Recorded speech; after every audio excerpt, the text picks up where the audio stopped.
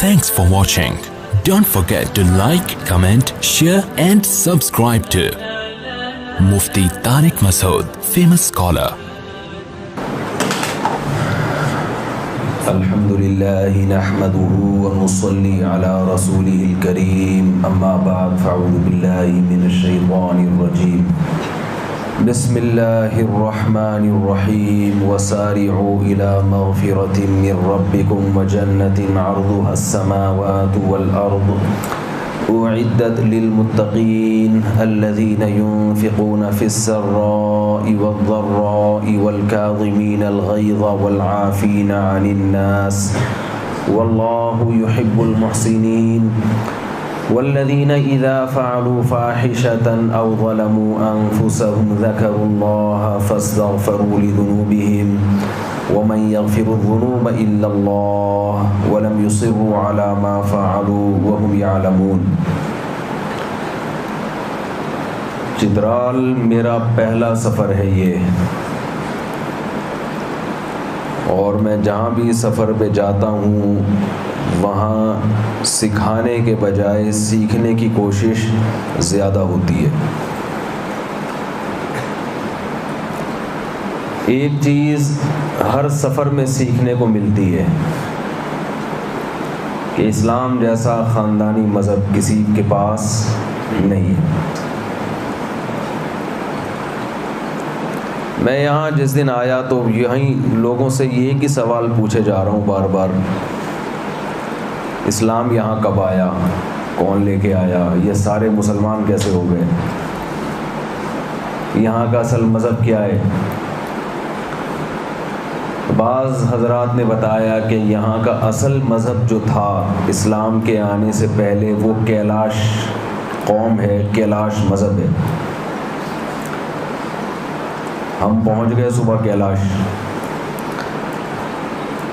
جب آپ KPK میں داخل ہوتے ہیں، ہمارے پٹھان بھائی بہت ہمارے لیے قابل عزت ہیں، لیکن چونکہ ان کی عظمت بہت زیادہ ہے تو وہ ہر چیز اپنی عظمت کے حساب سے بیان کرتے ہیں۔ ہمارے ہاں مشہور ہے پٹھانوں کا 1 گھنٹہ کم از کم کراچی والوں کے 4 گھنٹے کے برابر ہے، کہ جب وہ کہنا نا 1 گھنٹے کے راستے پر ہے تو سمجھ لو 4 گھنٹے پہنچنے میں لگیں گے۔ جب وہ کہتے ہیں نا یہ سامنے ہے، اس کا مطلب 25-30 کلومیٹر تو کہیں بھی نہیں گئے، وہ ان کا سامنے ہوتا ہے، وہ ہمارا سامنے نہیں ہوتا۔ تو ہمیں یہاں کسی بھائی نے بتایا کہ 1 گھنٹے کے راستے پر ہے کیلاش، کسی دوسرے نے بتایا کہ 1.5 گھنٹے کے راستے پر ہے، کسی اور نے کہا کہ 2 گھنٹے کے راستے پر ہے۔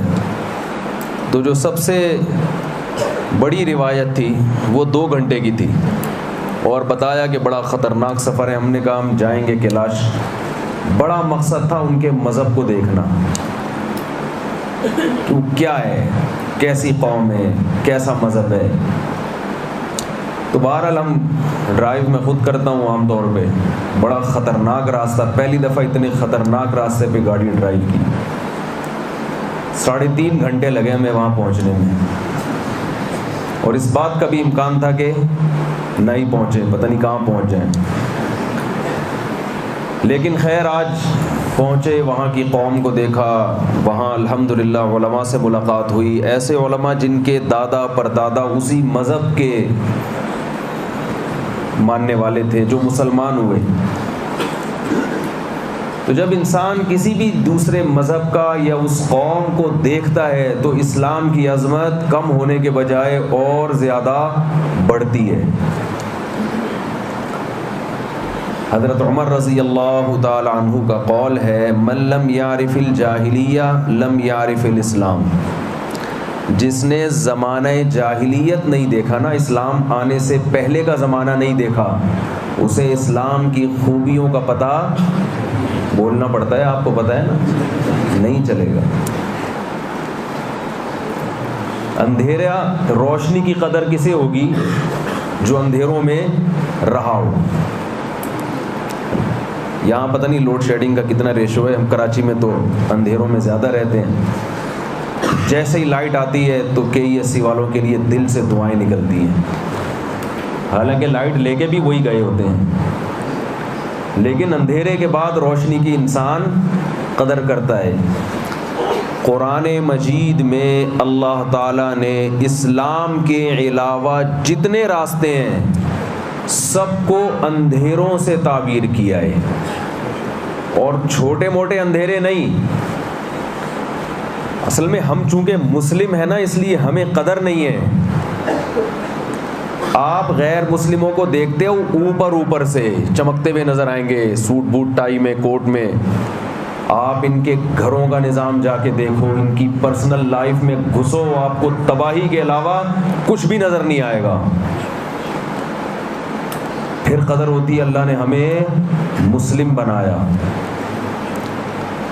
نہانا انہیں مسلمانوں نے سکھایا ہے، غیر مسلموں کو نہانا کس نے سکھایا ہے؟ دنیا میں جہاں بھی آپ کو تہذیب نظر آ رہی ہے نا، اگر آپ مستند تاریخ پڑھو تو اس تہذیب کے پیچھے اسلام کا ہاتھ ہے، اس کی بیک پہ اسلام کھڑا ہے۔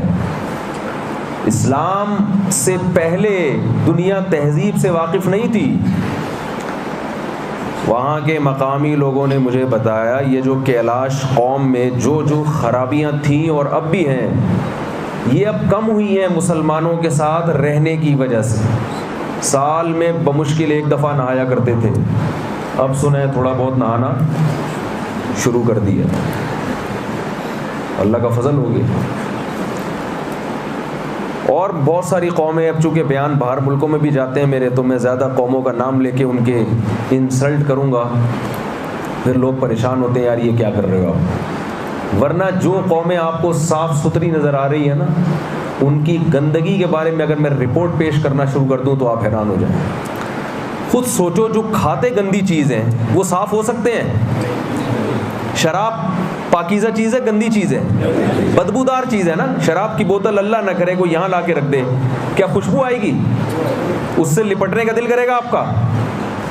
جو چیز انسان سلیم الطبع انسان اپنے قریب برداشت نہیں کرتا، جس نے شراب پی ہوئی ہو، آپ کا دل چاہتا ہے اسے گلے لگانے کا۔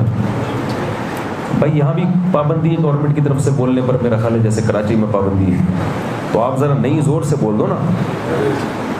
دیکھو شراب کوئی پی کے آیا ہو، آپ کا دل لگے گا، اس دل چاہے گا اسے گلے لگانے کا؟ ہاں اب مزہ آیا۔ تو جو اتنی گندی چیز جسے پینے والے کو گلے لگانے کا دل نہیں کرتا، آدمی کا دل چاہتا ہے اس کو دور رکھو مجھ سے، وہ چیز انسان اپنے پیٹ میں اتارے، وہ قوم پاکیزہ ہو سکتی ہے؟ جو گدے گھوڑوں کی طرح زنا کرتے ہوں، ان کے ہاں نکاح کا رواج نہ ہو، اس قوم کو آپ مہذب کیسے کہہ سکتے ہو بھائی؟ یہ دنیا میں جتنی قومیں ہمیں تہذیب سکھا رہی ہیں، یہ گدے گھوڑوں سے جیسی زندگی نہیں ہوتی ان کی کیا؟ ولد الزنا، بچوں کی کثرت، بغیر نکاح کے عورت سے تعلقات، تو گدے میں اور انسان میں کیا فرق ہے؟ بکرے میں اور انسان میں کیا فرق ہے؟ یہی تو فرق ہے۔ تہذیب کی تعریف ہی بدل دی۔ مہذب قومیں، دیکھو ایک آدمی اس کے پاس تہذیب تھی نہیں بالکل، وہ ہر وقت میلا کچیلا رہتا ہے، ہر وقت بدبو میں، پسینے کی بدبو، اور ہر وقت اس کے جسم سے بدبو آتی ہے، گندے کام، گندے اعمال، جسم میں بھی بدبو، دانت بھی صاف نہیں۔ اب آپ اس کو تانا دیں یار صفائی کیا کرو، انسان صاف ستھرا اچھا لگتا ہے۔ اصل طریقہ تو یہ تھا کہ وہ صاف ہو جاتا، کیا خیال ہے بھائی؟ لیکن وہ اتنا میلا ہو چکا ہے، اور دنیا پہ حکومت کرنے کا اور دنیا کو صفائی سکھانے کا شوق بھی اسے بہت ہے کہ میں سب سے زیادہ کیا ہوں؟ صاف ہوں۔ تو اس نے صفائی کی ڈیفینیشن ہی کو چینج کر دیا۔ اس نے کہا یہ جو پسینے سے آ رہی ہے نا میرے، یہ بہترین خوشبو ہے، اور ڈکشنری میں اس نے لکھ دیا کہ خوشبو کی ڈیفینیشن کیا ہے۔ جو فلاں میلے کے میلے ہوتے ہیں نا، محلے میں کچھ لوگ ہوتے ہیں ان کا نام ہی میلہ پڑ جاتا ہے، پتہ نہیں کراچی میں تو اس طرح پڑتا ہے نام، آپ کے یہاں کیا رکھتے ہوں گے؟ کچھ لوگ ایسے ہوتے ہیں جو نہاتے ہی نہیں، ان کا نام کیا پڑ جاتا ہے؟ بھائی وہ فلاں میلہ آ رہا ہے، نام کچھ بھی لگا سکتے ہیں اس کے آگے، میں لگاؤں گا تو ایسا نہ کوئی بندہ یہاں بیٹھا ہو۔ تو وہ دیکھو فلاں میلہ آ رہا ہے، فلاں میلہ آ رہا ہے. تو انہوں نے کیا کیا، میل کچیل کی ڈیفینیشن کو کیا کر دیا، بدل دیا. صفائی اور خوشبو کی ڈیفینیشن چینج کر دی. یہاں بڑی خوشی ہوئی ہے کہ ماشاءاللہ 95% لوگ پڑھے لکھے ہیں ان آبادیوں میں. لٹریسی ریشو یہاں پر شہروں سے زیادہ ہے. بچہ اردو بول رہا ہے. میں نے کہا یہ کہاں سے سیکھے؟ کہتے ہیں اسکولوں سے سیکھتے ہیں، انگلش بھی اردو بھی. تو اب کیا کیا انہوں نے کہ صفائی کی ڈیفینیشن کو کیا کر دیا، اس میلے نے، اس بھنگی نے چینج کر دیا. اور چونکہ حکومت اس کی ہے، وہ جو چاہے کر لے. جس کی گورنمنٹ ہوتی ہے، جس کی حکومت ہوتی ہے، وہ کوئی پابند تھوڑی ہوتا ہے قانون کا، وہ تو دوسروں کے لیے قوانین بناتا ہے. ایک دفعہ کا ذکر ہے، ایک اونٹ، ایک بیل اور ایک دمبا یہ سفر کر رہے تھے. بھوک لگی تو گھاس کی ایک گٹھری نظر آئی. اب گٹھری ایک ہے، کھانے والے کتنے ہیں؟ 3. اب جھگڑا ہو گیا ان کا، ہر ایک نے کہا میں کھاؤں گا. تو اونٹ جو تھا نا، اونٹ وہ بزرگ تھا، بڑا ہے، اس کو اللہ نے عالی مقام عطا کیا ہے. اس نے کہا دیکھو ہم میں سے جو یہ ثابت کر دے گا نا، جو دنیا میں پہلے آیا ہے جو جانور، وہ اس گٹھری کا مستحق ہے، یہ ہم اسے کھلا دیں گے. اونٹ کا خیال تھا میں دنیا میں پہلے آیا. تو اونٹ نے دمبے سے کہا تم ثابت کرو. دمبے نے کہا دیکھو ابراہیم علیہ السلام نے اپنے بیٹے کو ذبح کرنے کے لیے لٹایا تھا، وہ نہیں ذبح ہوا، تو کیا آیا تھا پھر جنت سے؟ سب نے کہا دمبا. انہوں نے کہا دیکھو میں اتنا پرانا، وہ روایت صحیح نہیں ہے لیکن بہرحال اونٹ کو کیا پتا کہ یہ صحیح حدیث ہے یا ضعیف حدیث ہے. یہ روایت مستند ہے یا غیر مسلم، تو آج کل لوگوں کو نہیں پتا ہوتا. تو دمبے نے کہا دیکھو میں ابراہیم علیہ السلام کے زمانے سے ہوں. اونٹ پریشان ہو گیا، وہی تو بہت پرانا نکلا، میں کیسے ثابت کروں. بیل نے کہا دمبے سے کہ ایکسکیوز می، ٹھیک ہے، کیونکہ بیل ہسٹری جانتا تھا زیادہ. اس نے کہا دیکھو جب آدم علیہ السلام دنیا میں آئے، کھیتی باڑی کی تو ہی خوراک ملی نا، تو اس وقت ٹریکٹر تو ایجاد ہوئے نہیں تھے. تو ہل کے طور پر کس جانور کو استعمال کیا ہوگا؟ سب نے کہا بھائی بیل. بیل ہی ہوتا ہے نا. بیل نے کہا اس کا مطلب ہے میں تم سے بھی پہلے. اب اونٹ حیران یہ ہوا کہ اس سے پہلے تو ہسٹری لکھی نہیں گئی، انسان ہی نہیں. لیکن گورنمنٹ کس کی ہے؟ اونٹ کی. پاور کس کے پاس ہے؟ اونٹ کے پاس. وہ اتنا لمبا ہے. اونٹ نے وہ گٹری اٹھا کے اپنی گردن پہ رکھ لی. دونوں نے بولا بھائی تم اپنا پرانا ہونا ثابت کرو. اس نے کہا میں سب سے بعد میں آیا. اس نے کہا پھر گٹری ہمیں دو. اس نے کہا ہمت ہے تو اتار لو. It is called بدماشی. What does it call? What did it call? بدماشی. تو دنیا میں نظام جو اس وقت چل رہا ہے، وہ اس کی جو بیس ہے وہ کس پہ چل رہی ہے؟ بدماشی پہ. میں تہذیب یافتہ ہوں، بے شک میں جو مرضی کرتا رہا ہوں، کیونکہ حکومت اگر میرے پاس ہے تو تہذیب کے اصول کون وضع کرے گا؟ میں کروں گا. میں دیکھوں گا کہ اگر میں شراب پیتا ہوں تو میں لا یہ بناؤں گا کہ شراب بری چیز. بولو نا بھائی، شراب گندی نہیں ہے، ناپاک نہیں ہے. آپ کو گندا نہیں کرتی، آپ کو ناپاک نہیں کرتی. یہ ناپاک ہے ہی نہیں، اس کو کس نے کہا ناپاک؟ تو بہت اچھی چیز ہے.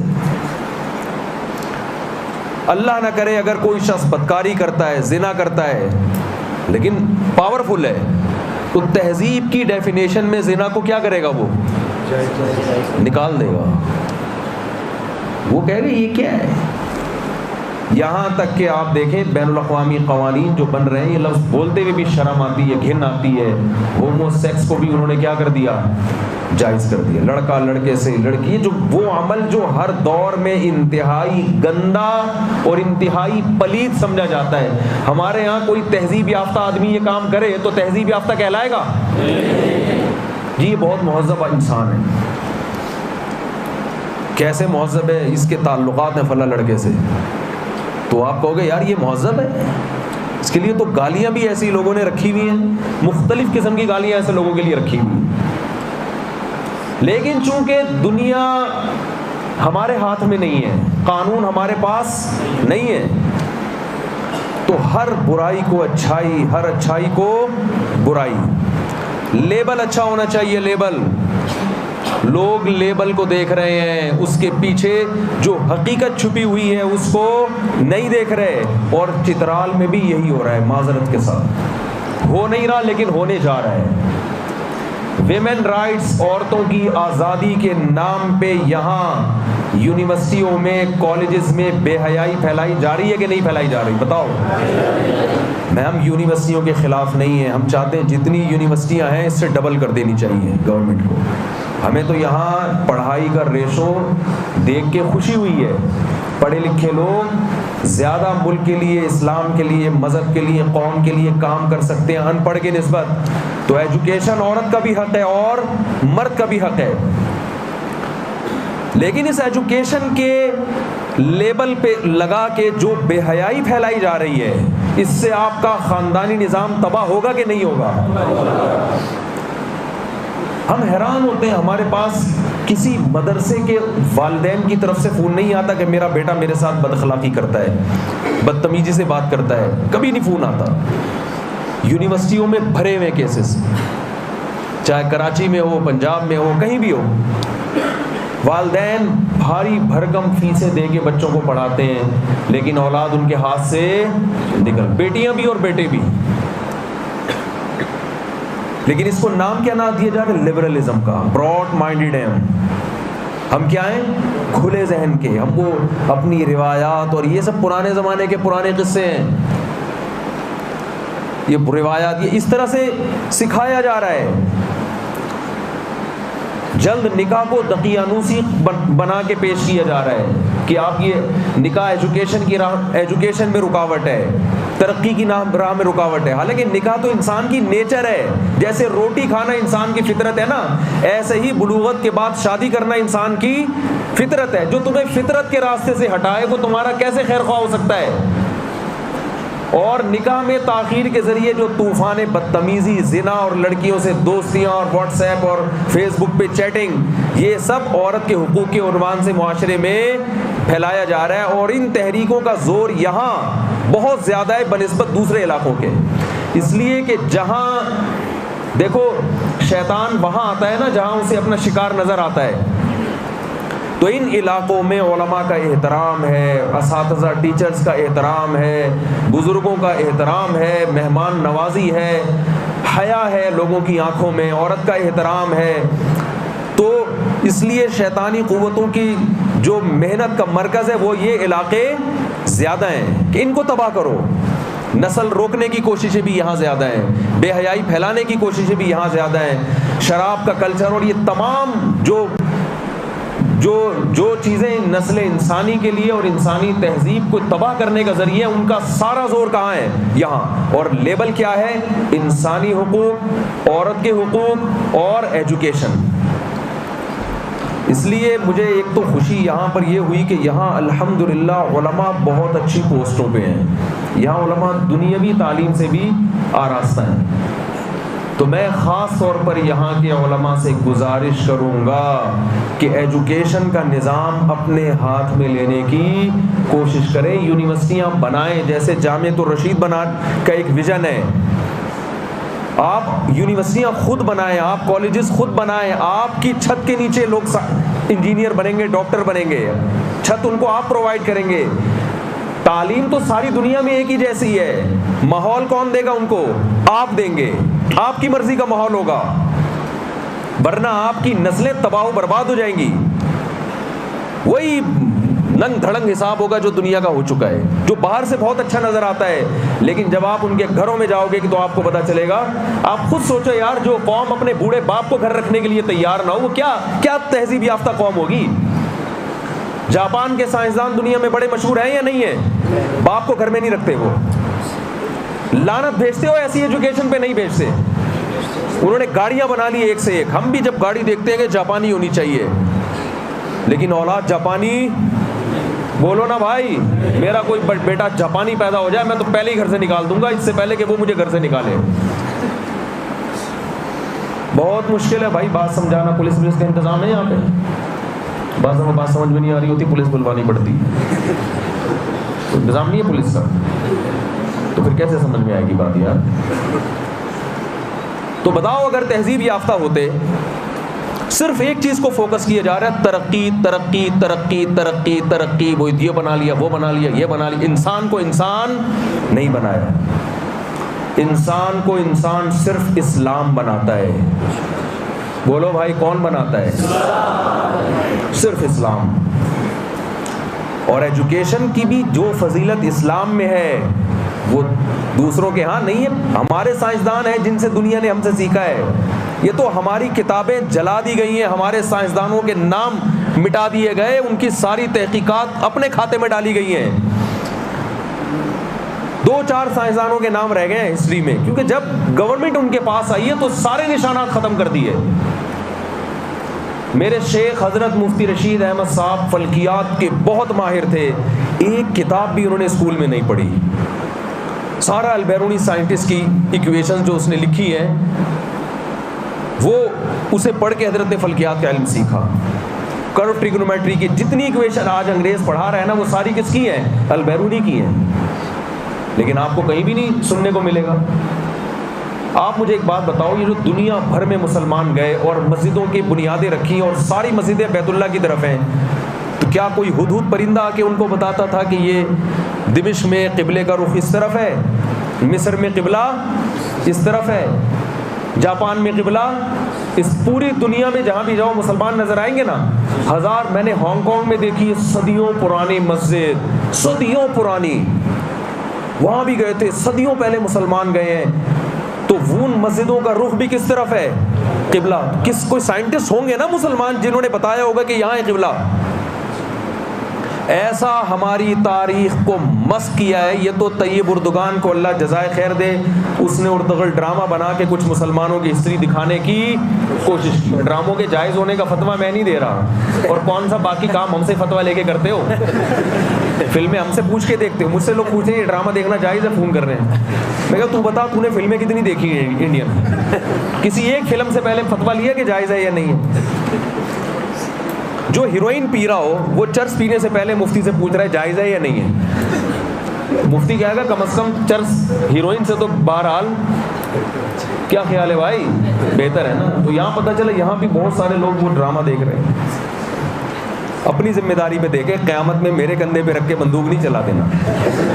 ہم لوگوں کو منع اس لیے نہیں کرتے کہ اس سے تو کم از کم بہتر ہے نا, کوئی ہسٹری تو پتہ چل رہی ہے لوگوں کو, تاریخ تو پتہ چل رہی ہے. تو ہماری تاریخ کو مسخ کیا گیا ہے, ورنہ ہمارا بڑا شاندار ماضی ہے. اب تباہ ہو گئے ہم. تو میں یہ عرض کر رہا تھا کہ دیکھو جو تہذیب اسلام نے بتائی ہے, اسلام کے علاوہ کوئی قوم کوئی مذہب اس کی خاک کے برابر بھی نہیں ہے. عورت کے جو حقوق اسلام نے بتائے ہیں کوئی اس کی خاک کو بھی نہیں پہنچ, اس کی گرد کو بھی نہیں پہنچ سکتا. لیکن اسلام جب عورت کے حقوق بیان کرتا ہے تو ماں کی صورت میں, بہن کی صورت میں, بیٹی کی صورت میں, بیوی کی صورت میں, دادی اور نانی کی صورت میں, ساس کی صورت میں, بھتیجی اور بھانجی کی صورت میں. جب گورا بیان کرتا ہے نا تو مارکیٹ میں ماں بھی غائب, بیٹی بھی غائب, بیوی بھی غائب, بہن بھی غائب, بھتیجی بھی غائب اور بھانجی بھی غائب. بس ایک کیا رشتہ نامحرم عورتوں کے حقوق بیان کرتا ہے. محرم تو مارکیٹ سے کیا ہو گئے. جب ایک آدھ بچہ ہوگا تو خاندان ہوگا.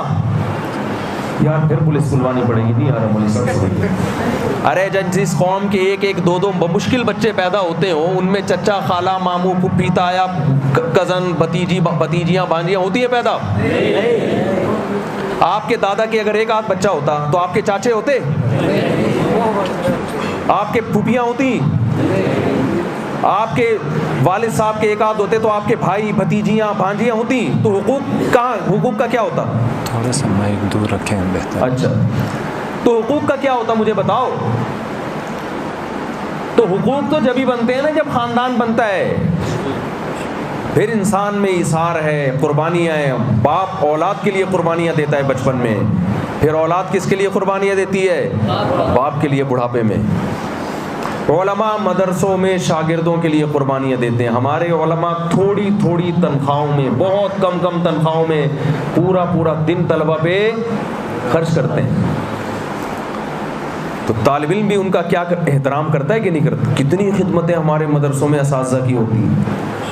اب ہم یہاں سفر کرتے ہیں, ہمیں کوئی پرانا شاگرد مل جائے, جان چھڑانا مشکل ہو جاتا ہے. وہ اخبل طریقے سے اکرام کرنا چاہتا ہے, اور اخبل اکرام ہم افورڈ نہیں کر سکتے. وہ زبردستی کھلائے گا, وہ پاؤں دبا رہا ہے, وہ جوتے پالش کر رہا ہے. یہ چیز آپ کو یونیورسٹیوں میں نہیں ملے. یونیورسٹیوں کو میں خلاف نہیں, کوئی خدا نخواستہ کل تالے پڑے ہوئے ہوں کہیں, ورنہ تو کہیں کے بھی نہیں رہو گے. ایجوکیشن تو دے رہی ہے نا, کم از کم ایک فائدہ تو ہو رہا ہے. مقصد بتانے کا یہ ہے کہ یونیورسٹیوں میں ایجوکیشن یہی ہوتی جو اب ہے. ماحول وہ ہوتا جو کہاں ہے؟ مدرسوں میں ہے. ہیرے پیدا ہوتے یہاں سے. اب آ رہی ہے سمجھ میں بات؟ الحمدللہ. تو میں یہ عرض کر رہا تھا کہ جو زمانہ جاہلیت کو نہیں جانتا نا, وہ اسلام کی خوبیوں کو نہیں جانتا. لوگ کہتے ہیں غیر مسلم جھوٹ نہیں بولتے. وہ یہ چھوٹے موٹے ہماری طرح پان گٹکا بیچنے کے لیے جھوٹ نہیں بولتے. ان کے بین الاقوامی سطح پہ خاندانی جھوٹ ہوتے ہیں. سمجھ رہے ہو؟ یہ تو ہمارے یہاں مسجد سے چپل چرا لی اور وہ کنڈا لگا دیا, یہ چھوٹی موٹی نیچ حرکتیں. ان کے ایسا نہیں ہوتا. وہ جب ڈاکو بنتے ہیں, ڈیزی کٹر بم برسا کے پورے ملک کا خزانہ لوٹ کے چلے جاتے ہیں. پھر پولیس بلوانی پڑے گی بھائی. اتنی دفعہ پولیس تو مجھے کراچی میں نہیں بلوانی پڑی بھائی.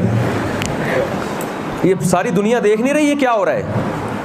ہو رہا ہے کہ نہیں ہو رہا؟ ان کو کیا ضرورت ہے یہ مسجد سے چپل چرانا اور یہ کسٹمر کو ٹھگنا, یہ چھوٹے موٹے کام. تو بھائی جب رہو گے نا تو پتہ چلے گا, تمہیں اسلام سے محبت ہوگی. میں مانتا ہوں کہ بہت سی قوموں میں بہت سی خوبیاں بھی ہیں, ہر قوم میں ساری برائیاں نہیں ہوتی, بہت سی خوبیاں بھی ہیں.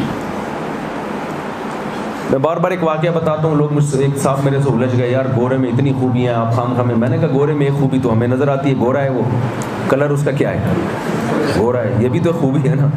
تو ہے یہ نہیں, ہم ساری خوبیوں کا انکار نہیں کرتے ہم.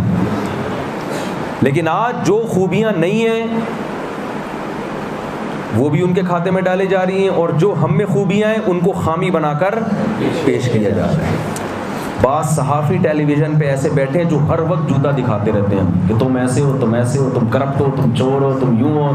اور بھائی دنیا میں جتنا پاکستانی قوم خرچ, ڈاکٹر ذاکر نائک سے میری ملاقات ہوئی, انہوں نے کہا میں جو کام کر رہا ہوں 50% انویسٹمنٹ اکیلے پاکستانیوں کی ہے, صرف مسلمان نہیں. ان میں یہ کریڈٹ کس کو جا رہا ہے؟ پاکستانی, جن کو دنیا میں سب سے بڑا کیا کہا جاتا ہے؟ چور کہا جاتا ہے. لوگ کہتے ہیں یہ میڈیا نے بنایا دماغ. دنیا میں سب سے زیادہ خرچ کرنے والی قوم من حیث القوم کون سی ہے؟ پاکستانی قوم. ایک ایک تاجر اتنا خرچ کرتا ہے مدارس پر, بیواؤں پر, یتیموں. اس قوم کو کوئی جگہ مل جائے نا کہ کوئی فراڈی نہ ہو, پتہ چل جائے, پھر دیکھو کیسے لوگوں کے تجوریوں کے منہ کھلتے ہیں لوگوں کے. او بھائی اتنا تو سبھی خرچ کرتے ہیں نا, ابا کو بھی کھلا رہا ہے, دادی کو بھی کھلا رہا ہے, نانی کو بھی کھلا رہا ہے, بیوی کو بھی, اور 15 بچوں کو بھی کھلا رہا ہے. یہ بھی تو خرچ کرنا ہوا نا. یہ ظرف ہے غیر مسلموں میں نہیں ہے.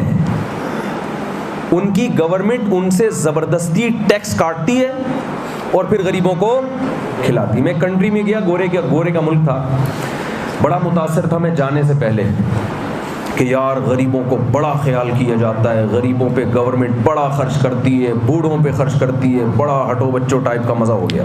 اب ہٹو بچوں کراچی کا ہے, وہ آپ کو سمجھ میں نہیں آئے گا. آ رہا ہے یہ ہٹو بچوں لفظ الحمدللہ ہانگ کانگ اور آسٹریلیا اور افریقہ کے جنگلات تک ہم نے پھیلا دیا.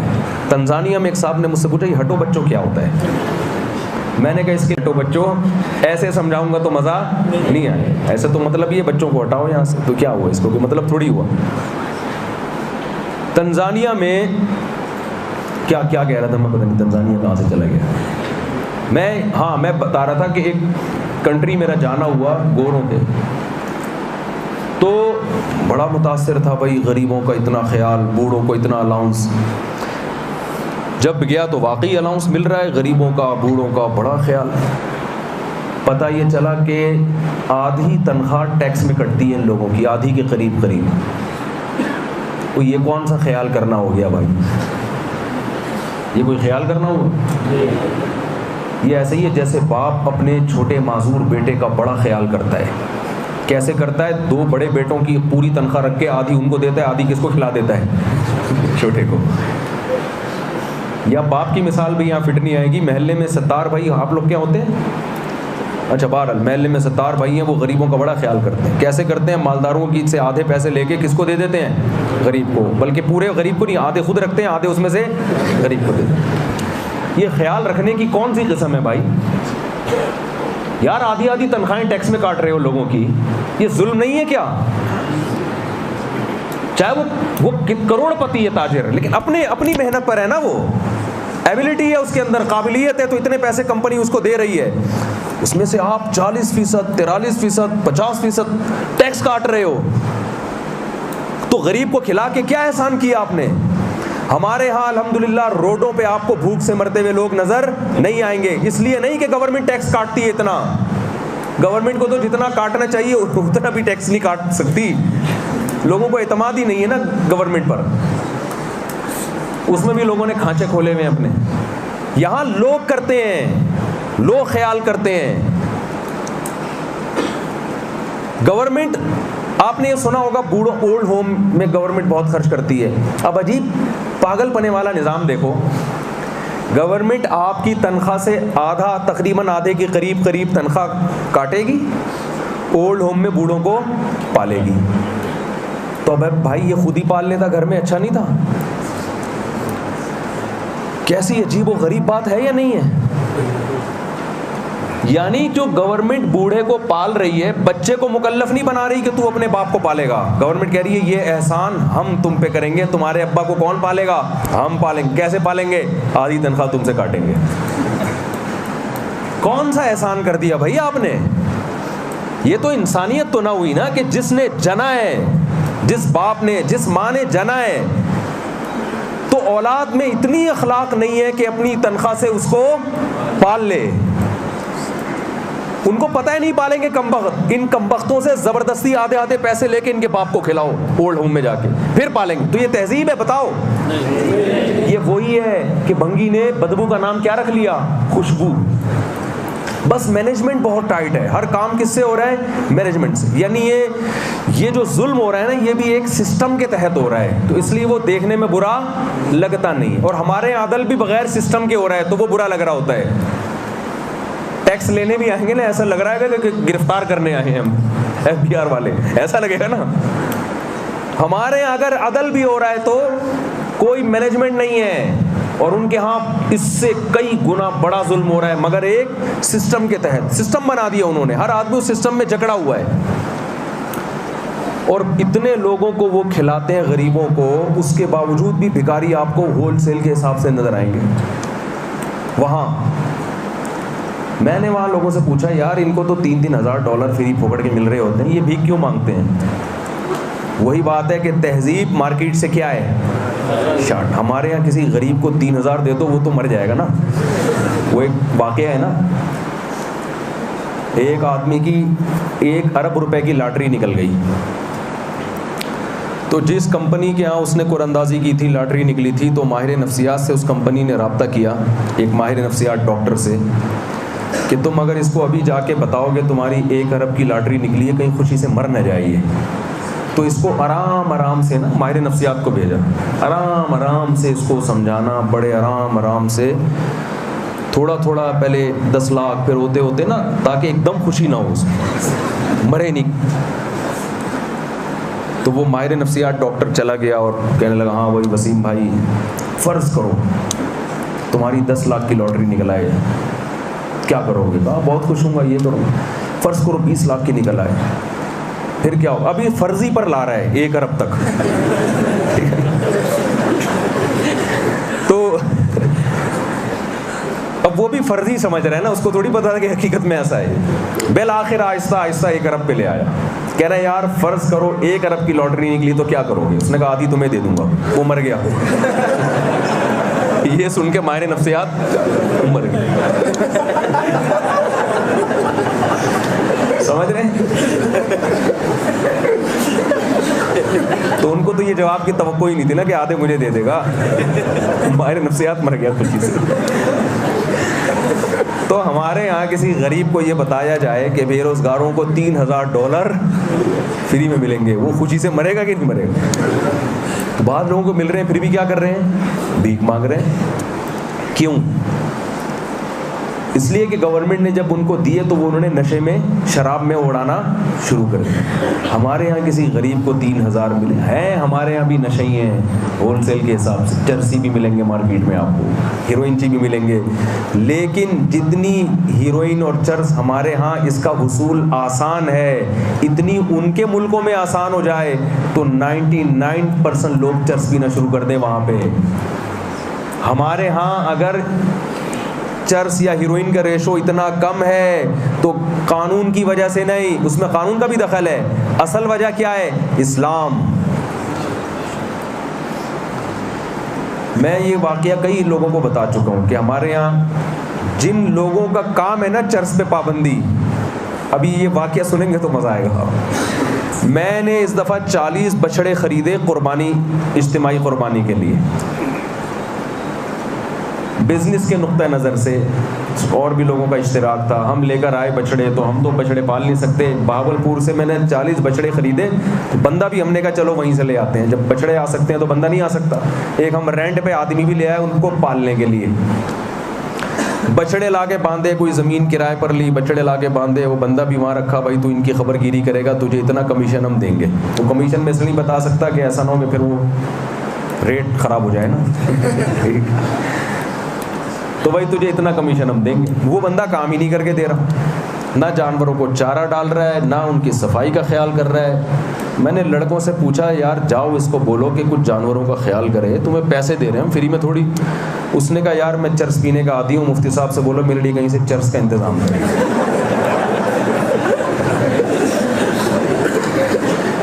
ابھی مزہ ابھی آئے گا آگے.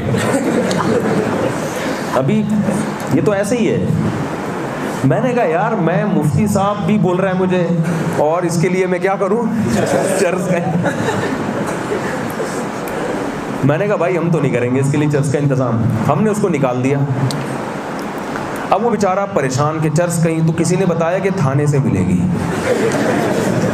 پتہ نہیں بھائی پولیس والے بیٹھے ہوں, معذرت, صحیح کا غلط کا, لیکن بہت سے لوگوں سے تفتیش کی ہے تو سب نے ایک ہی بات بتائی کہ کہیں بھی نہیں مل رہی ہو تو کہاں ملے گی؟ تھانے میں. اب اندازہ لگاؤ یار, جس ملک میں تھانے سے چرس ملتی ہو اس میں تو 99% لوگوں کو چرسی ہونا چاہیے نا, پھر بھی نہیں ہے. کیوں؟ اسلام ہے, اسلام روک رہا ہے, اسلام کو فالو کر رہے ہیں. اس برائی سے کس چیز نے روکا ہوا ہے؟ اسلام نے. نشہ دنیا میں جتنے حادثات نشے سے ہوتے ہیں نا, اتنے کسی اور وجہ سے نہیں ہوتے.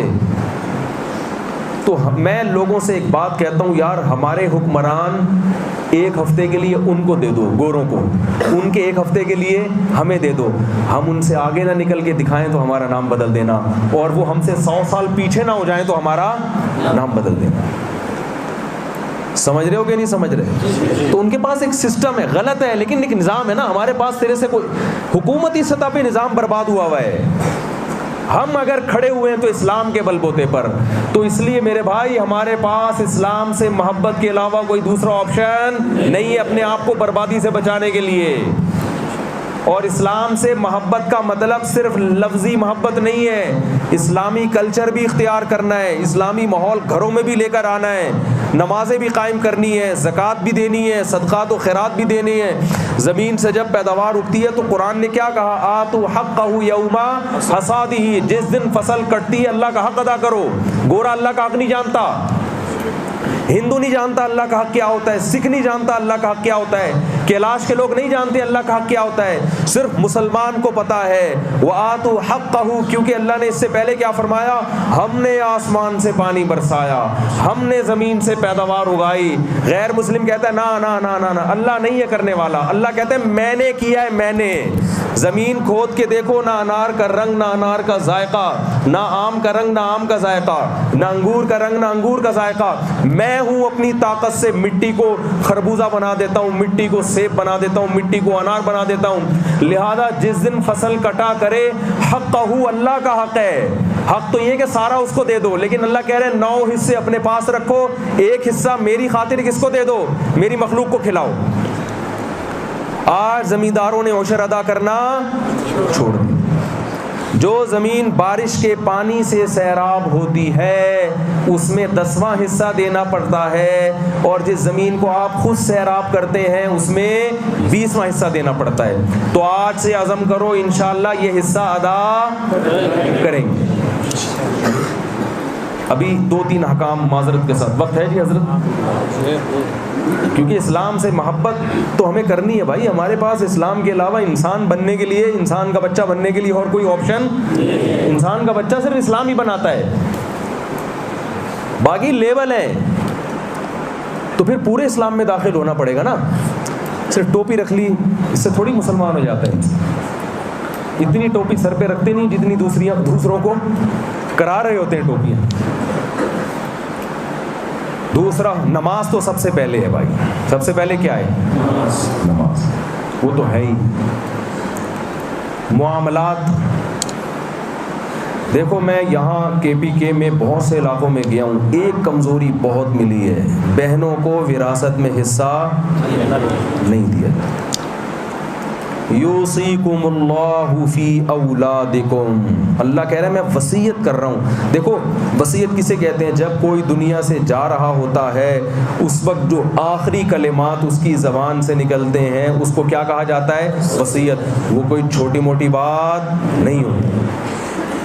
آپ دنیا سے جا رہے ہیں تو اب لوگوں نے کہا بیٹے جمع ہو گئے، ابا کوئی وصیت کریں آپ، تو فوراً آپ کہتے ہو ہاں میں وصیت کرتا ہوں. بچے آگے نا کاغذ قلم لے کے، ابا کوئی بہت اہم بات کرنے والے ہیں کیونکہ ابھی آخری کلام ہے. تو آپ نے کوئی فضول بات کر لی ہے بھائی، تو وقار کم ہو جائے گا نا آپ کا. تو وصیت بہت اہم حکم کو کہا جاتا ہے. اللہ پر موت واقع نہیں ہوتی، لیکن اللہ نے یہاں اپنے لیے لفظ کون سا استعمال کیا؟ وصیت کا. یہ وصیت کا لفظ اللہ والدین کے حقوق کے بارے میں استعمال کیا ہے. وَوَصَّيْنَا الْإِنسَانَ بِوَالِدَيْهِ، ہم نے انسان کو وصیت کی ہے کہ والدین کے ساتھ احسان کرنا ہے. وصیت کی ہے. اور وصیت کا لفظ اللہ یہاں بھی استعمال کر رہے ہیں. یوصیکم اللہ فی اولادکم، اللہ تمہیں تمہاری اولاد کے بارے میں وصیت کرتا ہے. للذکر مثل حظ الانثیین، بیٹے کو دگنا تو آدھا کس کو ملے گا؟ بیٹی کو. اور بیٹی کو حصہ آج کل نہیں. بہن کا حصہ، باپ تو بیچارہ مر جاتا ہے، بھائی بہنوں کا حصہ کھا جاتا ہے. نہ زمین میں حصہ دیا، معاف کرا لیا جاتا ہے. یہ بھی جو بہت زیادہ نیک ہے وہ معاف کرواتے ہیں. معاف کروانا ہو نا تو پہلے 2-3 کروڑ کی رقم اس کے ہاتھ میں رکھا کرو، بولے تمہارا حصہ ہے، ایک دن اس کو اپنے ہاتھ میں گھماؤ، پھر اگلے دن معاف کر دو. پھر معافی سمجھ میں آتی ہے واقعی دل سے معاف کیا ہے. اوپر کی معافی وہ تو بہنوں کو تو ویسے ہی مانگتے ہوئے شرم آتی ہے نا. تو بھائی ارادہ کرتے ہو نا کہ بہنوں کو ان کا حصہ. تو دنیا اگر حرام ہی کھانا ہے تو پھر سابق صدر سے کو کیوں پھر ہم، وہ تو سب سے اچھے پھر وہ ہیں نا جو ہمارے سابق صدر تھے، 5 سال کامیابی کے ساتھ گزار کے گئے ہیں. ان پر یہی تو الزام ہے نا، کھایا بہت ہے انہوں نے. تو بھائی ان پہ اور ہم میں کوئی فرق ہوگا پھر؟ بھائی ان کے پاس کھانے کے وسائل زیادہ تھے، زیادہ کھا لیا. ہم صرف بہن کی کھا سکتے ہیں، محلے میں اور کسی کا کھا کے دکھاؤ وہ تمہیں مار دے گا جان سے. تو ہم، یہ مسجد کی اذان ہو رہی ہے، اچھا موبائل کی، تو ہم تو بہن کا کھا سکتے ہیں، وہ کمزور ہے. وہ جو ہمارے محترم تھے 5 سال کامیابی سے گزار کے گئے، وہ جس کا کھا سکتے تھے انہوں نے کھا لیا. ہم چونکہ بہن کے علاوہ کھا نہیں سکتے تو لہٰذا ہم صرف کس کا کھا رہے ہیں؟ بہن کا. لیکن فرق اللہ کی نظر میں کوئی بھی نہیں ہے کہ جو جس پہ بس چلتا ہے آپ کھا لیتے ہو. تو یہ تھوڑا مال اس کی قربانی دو گے اللہ کے لیے. آج میں نے جب کیلاش دیکھا نا، اتنی حسین وادی، میں ساتھیوں سے کہہ رہا تھا اسے دیکھ کے جنت میں جانے کا دل چاہ رہا ہے کہ جنت کیسی ہو. ابھی میں تھوڑے دن پہلے تھر گیا تھا، ایسے صحرا ریگستان میں شدید گرمی میں لوگ تمبو لگا کے ٹینٹ لگا کے پڑے ہوئے ہیں وہاں. ایسے علاقے بھی ہیں زمین میں، اور ایسی آبشاریں، ایسے چشمے، ایسے انار کے درخت، اور جناب سیب سے بھرے ہوئے باغات اور ناشپاتیاں ایسے لٹک رہی ہیں اور انگور کی بیلیں اور چاروں طرف کیا ماشاءاللہ گرینری ہے. تو میں حیران ہوا. اللہ نے اسی جنت کے ہم سے وعدے کی. یہ تو کچھ بھی نہیں ہے جو جنت اللہ دے گا نیک لوگوں کو. تو اللہ کی خاطر تھوڑی سی قربانی دے دی جائے, بہن کو اس کا حصہ دے دیا جائے. آپ دنیا میں تھوڑا کم کما لو, اس کم میں اللہ انشاءاللہ برکت بہت دے. ہمارے ایک دوست ہیں, انہوں نے بیرون ملک سفر کرنا تھا, تو حضرت مولانا طاری جمیل صاحب کہیں بہت پرانی بات ہے 25-30 سال پہلے, تو والدہ کو چھوڑ کے جا رہے تھے. تو حضرت سے مشورہ کیا کہ حضرت میں امریکہ کا ویزا آ گیا, میں جانا چاہتا ہوں کمانے کے لیے, لیکن والدہ اکیلی ہو جائے گی. تو حضرت نے فرمایا کہ وہ مجھے اپنا واقعہ بتا رہے تھے. حضرت کپڑے دھو رہے تھے, کہتے ہیں میری طرف چہرہ اٹھایا اور کہا کہ یار وہاں کوئی اور اللہ ہے, یہاں کوئی اور اللہ ہے. جو اللہ وہاں دے سکتا ہے یہاں نہیں دے سکتا. تو اپنی ماں کو چھوڑ کر جا رہے ہو, اکیلی ماں. کہہ رہے ہیں بس وہ بات میرے دل پہ لگی. میں نے کہا بھائی رزق کون دے گا؟ اللہ. کہہ رہے ہیں یہاں ماں کی خدمت کی ہے, اتنا رزق اللہ نے دیا کہ ماشاءاللہ فیکٹریوں کے مالک ہیں, آج سب بہن بھائیوں سے زیادہ کما رہے ہیں. تو بھائی بہن کو اس کی وراثت دے دو, جتنا بچے گا نا اس سے کاروبار کرو, انشاءاللہ اللہ اس میں بہت زیادہ, بولو بھائی. اور یہ جو آپ کا کلچر ہے علماء کا, بزرگوں کا, ٹیچروں کا, ٹیچر چاہے یونیورسٹی میں ہو, اسکول میں ہو, وہ بہرحال کیا ہے, وہ استاذ ہے نا, اس کا احترام کرنا, بڑوں کا احترام, اور جو ہے چھوٹوں پہ شفقت. تبلیغ والے کہتے ہیں نا پڑوں کا احترام اس لیے کرو ان کی نیکیاں ہم سے زیادہ, چھوٹوں پہ شفقت اس لیے کرو ان کی برائیاں ہم سے کم. جس کی کھوپڑی خراب ہوتی ہے نا وہ الٹا سوچتا ہے, کہتا ہے یہ جو بڑا ہے نا یہ مجھ سے بھی بڑا بدماش ہے. میں نے جو عیاشیاں کی اس کمبخت نے مجھ سے بھی زیادہ عیاشیاں کی, لہٰذا اس کا احترام تو بالکل بھی نہیں کرو. اور چھوٹے کے بارے میں کہتے ہیں کہ یار ہم نے جو کو, میں نے تو حج بھی کیا اس نے حج نہیں کیا, ہم نے تو عمرہ بھی کیا اس نے عمرہ نہیں کیا. تو جب انسان کی کھوپڑی الٹی گھومتی ہے تو یہ سوچتا ہے. تبلیغ والے آپ کی کھوپڑی کو کیا کر دیتے ہیں, تھوڑا سا سیٹنگ پہ لے آتے ہیں. ان کے پاس پلک پانے, اسکرو جہاں سے ڈھیلا ہوتا ہے وہ سیٹ کر دیتے ہیں اس کو. تو یہ ہے بہنوں کی وراثت کا معاملہ ہے. اور دوسرا, نماز تو سب سے پہلے اسلام میں, مسجدوں کو آباد کرنا چاہیے. دوسرا, تعلیم ضرور حاصل کرو لیکن اپنے کلچر کو تباہ نہ ہو. اور میں کہتا ہوں ایسی یونیورسٹیاں خود بناؤ. جو تاجر لوگ ہیں جن کو اللہ نے مال دی ہے وہ اپنا اسکول بنائے بھائی. کو ایجوکیشن سسٹم کو کیا کریں, ختم. یہاں سیاسی جماعتوں سے مطالبہ کرو کہ اسمبلی میں آواز اٹھائیں کہ ہمیں یہ کو ایجوکیشن سسٹم منظور نہیں ہے, یہ ہماری اولادوں کو بگاڑ دے گا, ہماری بچیوں کو بےہودہ بنائے گا. ہمیں ایجوکیشن چاہیے. کیا لڑکے الگ اور لڑکیاں الگ نہیں تعلیم حاصل کر سکتی؟ یہ کیا, دیکھو گورنمنٹ تو لوگوں کو دیکھتی ہے, لوگ کیا چاہ رہے ہیں. لوگ جب احتجاج ہی نہیں کرتے تو گورنمنٹ کہتی ہے چلنے دو. گورنمنٹ موبائل میں فوج چیزوں میں اپنا ٹائم ویسٹ اور پڑھائی کو تھوڑی فوکس کرتے ہیں. تو ہاں کچھ ہے. تو بھائی اسلام سے محبت کرنی ہے کہ نہیں کرنی ہے؟ دوسری بات, نماز پابندی سے. اسلام سے محبت کا تقاضا کیا ہے؟ نماز کی. تیسری بات, حقوق العباد میں وراثت, چپ ہو گئے, دینی ہے نا. وراثت کیا کرنی ہے؟ دینی ہے. جس کا جتنا حق بنتا ہے اس کو اتنا حصہ دینا. اور حیا کو معاشرے میں فروغ دینا. اپنی خواتین کو سمجھاؤ, دیکھو اللہ نے حیا میں جو عورت کی عزت رکھی ہے وہ بے حیا بننے میں نہیں رکھی. حیا میں جلد نکاح کو فروغ دینا. اسلام دیر سے شادی کا قائل ہے, جلدی نکاح کا قائل ہے؟ جلدی نکاح کا قائل ہے. لڑکی بالغ ہو اس کا نکاح کرو. تو اس کو فروغ دو معاشرے. بالغ ہونے کے بعد بھی پڑھ سکتی ہے, نکاح کے بعد بھی پڑھ سکتی ہے وہ. میں ایسے بہت سارے واقعات آپ کو بتا سکتا ہوں. کم عمری میں لڑکیوں کی شادی ہوئی, آج خوش ہیں الحمدللہ اپنے گھروں میں, اور پڑھ بھی رہی ہیں. اب اس کی پڑھائی کس کے ذمہ ہوگی؟ سسرال کے ذمہ ہوگی. باپ کا بوجھ نہیں ہوگا, وہ کس کا ہوگا؟ سسرال کا. تو اچھا ہے نا, وہ کمبخت جب فائدہ اٹھا رہا ہے اپنی بہو سے تو اس کا پڑھائی کا خرچہ بھی اس پہ ہونا چاہیے نا. باپ پہ کیوں ڈال رہے ہو خرچہ؟ باپ اپنی پڑھائی سے بچی کو ڈاکٹر بناتا ہے, پیڑے کون کھاتا ہے؟ سسرال. چلو بیٹوں کو باپ اپنے خرچے پہ پڑھاتا ہے نا تو بیٹے اسی پہ کام آتے ہیں نا. بیٹیوں کو باپ پڑھائے گا اپنے خرچے پہ, فائدہ کون اٹھائے گا؟ ریڈی میڈ بہویں چاہیے آج کل. ساسیں تلاش کر رہی ہوتی ہیں اپنے بیٹے کے لیے, مجھے چاہیے ڈاکٹر. Ready made. خرچہ ایک کمبخت نے نہ کیا, وہ فائدہ پورا کون اٹھائے گا؟ وہ سسرال اٹھائے گا. اسلام کہتا ہے بالغ ہوتے ہی شادی کر دو, تاکہ اب یہ پڑے گی تو کس کمبخت کے خرچے پہ؟ وہ جو کمبخت ہے نا اس کا میاں، وہ پڑھائے گا اس کو، کیونکہ فائدہ کس نے اٹھانا ہے؟ اب اس کی بیوی اگر ڈاکٹر ہوگی تو عزت کس کی ہوگی؟ اس کے میاں کی ہوگی نا. 10 لوگوں کو بتائے گا میری وائف کیا ہے؟ ڈاکٹر ہے. لوگ پوچھیں گے کس کے خرچے پہ خرچہ؟ اب لوگ پوچھتے ہی نہیں ہے کیونکہ انہوں نے خود اپنا خرچہ نہیں، اپنی بہو پہ خرچہ نہیں کیا ہوتا. تو کل کو جب لوگ پوچھیں گے کس کے خرچے پہ، کہے گا میرے خرچے پہ. ویل ڈن، شاباش، زندہ باد. پھر خوشی کا مقام ہے. ابے تو نے کیا، تو نے پکی پکائی اور ریڈی میڈ بہو مل گئی ہے کمبخت. اس باپ کا تو نے تیل نکال دیا نا، جس نے 6 بیٹیوں کو پڑھا لکھا کے جوان کیا، ان کی شادیوں کے، اس کا کیا فائدہ ہوا؟ تو سارا نظام کیا چل رہا ہے؟ الٹا چل رہا ہے. آپ نے اس کو کیا کرنا ہے؟ سیدھا کرنا ہے. اللہ تعالیٰ سمجھنے کی، عمل کی توفیق عطا فرمائے. اور میں یہاں جو اصل دورہ میں نے کیا ہے پاک ایڈ ویلفیئر ٹرسٹ کی جانب سے میرا یہ دورہ ہے، کیونکہ یہاں میں تھر میں گیا، ان لوگوں کی میں نے خدمات دیکھی تو میں حیران ہو گیا. انسانیت کے لیے یہ لوگ بہت کام کر رہے ہیں. میں اس ٹرسٹ کا نہ ممبر ہوں نہ میری سرپرستی ہے، لیکن مجھے ایک ایسا ٹرسٹ نظر آیا جس پہ میں نے کہا پورا ٹرسٹ کیا جا سکتا ہے. تو میں نے ان کے کام دیکھے، کنویں بنائے ایسے پسماندہ علاقوں میں. چترال بھی جو میرا یہ دورہ ہوا ہے نا، یہ انہی کے تحت ہوا ہے. یعنی انہی کے کو میں نے کہا تھا کہ میں چاہتا ہوں آپ کے میں پروجیکٹ دیکھوں، تو یہاں میں نے چترال میں کیلاش میں دیکھے ان کے پروجیکٹ. بڑا خوش ہوا کہ اللہ نے ان کو اتنی توفیق دی ہے. تو آئندہ جب میں آؤں گا، یہ بار بار کہہ رہے ہیں آپ یہاں بیان نہیں کر رہے، وہاں بیان نہیں کر رہے، تو جب بھائی آپ ہمیں بلائیں گے انشاءاللہ ہمارا یہ دورہ ہی بیانات کے لیے ہوگا. ٹھیک ہے نا؟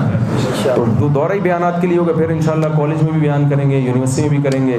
یہاں یونیورسٹی میں زیادہ تر علماء ہیں الحمدللہ، پروفیسر ہیں، لیکچرار ہیں. یہ بڑا اچھا کام کیا علماء، دین دنیا دونوں کو ساتھ لے کے چل رہے ہیں. لیکن وہ علماء جو صرف مدرسوں کو فوکس کر رہے ہیں ان کو برا نہ سمجھیں، دونوں چیزیں ضروری ہیں نا. کچھ علماء مدرسوں کے لیے وقف ہوتے ہیں، کچھ یونیورسٹیوں کے لیے وقف ہوتے ہیں، تو دونوں تاریں چلنی چاہیے. دین دنیا دونوں ساتھ ساتھ چلیں گے تو حساب کتاب چلے گا. اگر ہم دنیا سے بالکل پیچھے رہ گئے تو یہ دنیا کی باغ ڈور ممکن ہے ملک دشمنوں کے ہاتھ میں چلی جائے، اسلام دشمنوں کے ہاتھ میں چلی جائے تو ملک کا نقصان ہوگا اور اسلام کا نقصان ہوگا. اور ایک آخری بات دیکھو، کیونکہ میرا یہ پہلا اور آخری بیان ہی ہے یہاں پہ، عصبیت کو فروغ نہیں ہونے دینا ہے، لسانیت کو. دیکھو یہاں ماحول بہت اچھا ہے، یہاں پھڈے بازی نہیں ہے، فرقہ واریت ہے ہی نہیں. تو جو چیز نہ ہو پہلے سے اگر اس کو پکڑ لیں تو اچھا ہے نا. تو جو یہاں فرقہ واریت پھیلانے کی کوشش کرے نا، اس کو نہیں پنپنے دینا. آپ نے بات آ رہی ہے سمجھ میں؟ کسی بھی لیبل سے مسلمانوں کو فرقہ واریت میں الجھانے کی کوشش کرے، اس کو یہاں آپ نے پنپنے نہیں دے، کیونکہ یہاں فرقہ واریت بالکل بھی نہیں. جو مذہبی منافرت پھیلائے، چاہے غیر مسلموں کے ساتھ ہی لڑوانے کی کوشش کرے نا، پھڈے بازی. یہاں بہت سے غیر مسلم بھی ہے لیکن مسلمانوں میں اور غیر مسلموں میں کوئی پھڈا نہیں ہے. تو اگر کوئی مسلم غیر مسلم فسادات کی، دیکھو جو ملک دشمن عناصر ہے نا، وہ دیکھتے ہیں کہ یہ لڑ کیسے سکتا ہے مسلمان. وہ ہر وہ سطح پہ لڑوائے گا جہاں ان کو پتا ہو کہ ان کے جذبات سے کھیلا جا سکتا ہے. تو یہاں آپ نے جیسے ماشاءاللہ غیر مسلم، یہ پاک ٹرسٹ تو یہ کیلاش تو غیر مسلم ہے نا، وہاں بھی الحمدللہ فلاحی کام کر رہے ہیں. تو یہاں یہ جھگڑا آپ نے نہیں ہونے دینا. تیسرا کام، یہاں ملک دشمن عناصر نہیں پیدا ہونے دینے. ریاست کے خلاف کوئی بھی لے کے جاتا ہے، اس سے کیا ہو جائے گا؟ آپ کا یہ ہستہ جو گلشن ہے نا، یہ آپ کا باغ جہاں امن و امان ہے، یہ سب کیا ہو جائے گا؟ تباہ. لسانیت کے یہ پٹھان ہے، یہ چترالی ہے، یہ گلگتی ہے، یہ مہاجر ہے، یہ پنجابی ہے، یہ سندھی ہے. ہر قوم کی اپنی ایک پہچان ہوتی ہے، اپنا ایک کلچر ہوتا ہے. اللہ نے فرما دیا لتعارفوا، یہ سب پہچان کے لیے. ہر قوم کا ایک کلچر ہوتا ہے نا، وہ اچھا بھی لگتا ہے دیکھنے میں. سب کے ایک ہی کلچر ہوتے تو مزہ آتا؟ تھوڑی مزہ آتا. تو ہر ایک کا اپنا کلچر ہے. مہاجر پان کھاتے ہیں، ہمارے پٹھان بھائی نسوار کھاتے ہیں. اگر سارے نسوار کھانا شروع کر دیں تو پان کی پیکیں کہیں نظر آئیں گی آپ کو؟ اور اگر سارے پان کھانا شروع کر دیں تو جو نسوار نکال کے یہاں رکھنے کا، جو ہمارے پٹھان بھائی ایسے چٹکی نکال کے ڈال رہے ہوتے ہیں، وہ جو منظر ہوتا ہے وہ نظر آئے گا؟ تو ہر قوم کا بس سٹے پہ بات نہ آئے، ٹھیک ہے نا؟ بس پان نسوار تک تو ٹھیک ہے، اس سے آگے نہ جائیں گے. تو مہاجر لوگ پان کھاتے ہیں، پیکیں آپ کو ماشاءاللہ نظر آتی ہیں ہول سیل کے حساب سے. اور پٹھان بھائی ہمارے، یہ ہر قوم کا اللہ نے کیا رکھا ہے؟ ایک کلچر. گلگت والوں کا اپنا ایک الگ کلچر ہے، چترال والوں کا الگ کلچر ہے. اس میں کوئی حرج نہیں ہے. لیکن اللہ نے فرمایا کوئی کسی پہ فخر نہیں کر سکتا، میں اچھا ہوں اور تم کیا ہو. تم ایسے ہو، تم غلام قوم تھے تو ہم نے تمہیں پناہ دی، تو تم یوں تھے تو ہم نے تمہیں یہ کیا. تو یہ سب باتیں لسانی فسادات کا ذریعہ بنتی. ہمارے نبی کی جو تلوار سب سے پہلے چلی ہے نا اپنی قوم کے خلاف، سب سے پہلی لڑائی بدر ہوئی ہے نا، بدر کی لڑائی میں عرب کے خلاف. ہمارے نبی عربی، اور سامنے لڑائی کس سے ہو رہی ہے؟ عربی سے. یہ قوم پرستی کا خاتمہ ہو رہا ہے کہ نہیں ہو رہا؟ سب سے پہلی تلوار چل رہی ہے اپنی قوم کے خلاف.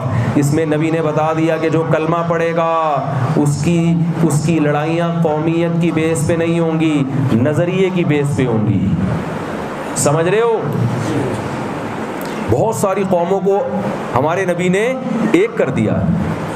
تو عرب کے خلاف تھے اس غزوہ بدر میں، اور پھر عرب میں ادھر بھی عرب کی قوم قریش اور ادھر بھی قریش، اور قریشیوں میں ادھر بھی بنی ہاشم اور ادھر بھی بنی ہاشم. قوم پرستی کا جڑ سے خاتمہ کر دیا. تو اس لیے بھائی ہم سب مسلمان ہیں، لا الہ الا اللہ پڑھتے ہیں، اور ہمیں کسی پہچان کی ضرورت نہیں. کیا خیال ہے؟ بھٹے بازی کا بات ہی نہیں بنتی. صحیح ہے. اللہ تعالیٰ سے دعا ہے اللہ تعالیٰ ہم سب کو سمجھنے کی، عمل کرنے کی توفیق عطا فرمائے. مدرسے کی انتظامیہ کا بھی شکریہ ادا کرتا ہوں. میرے جیسے نالائق کو انہوں نے یہاں بٹھا دیا، اور بڑے بڑے علماء بیٹھے ہیں، ان کے سامنے مجھے اوپر بیٹھتے ہوئے بھی شرم آتی ہے. حقیقت ہے یہ، میں دل سے کہتا ہوں، اوپر سے نہیں کہتا، مجھے واقعی شرم آ رہی ہوتی ہے. لیکن اب نیچے بیٹھوں گا تو پھر بیان کیسے ہوگا؟ آپ سارے کھڑے ہو جائیں گے، پھر آپ کو شرم بھی نہیں آئے گی پھر کہ یہ بیٹھے ہوئے ہیں اور آپ کے.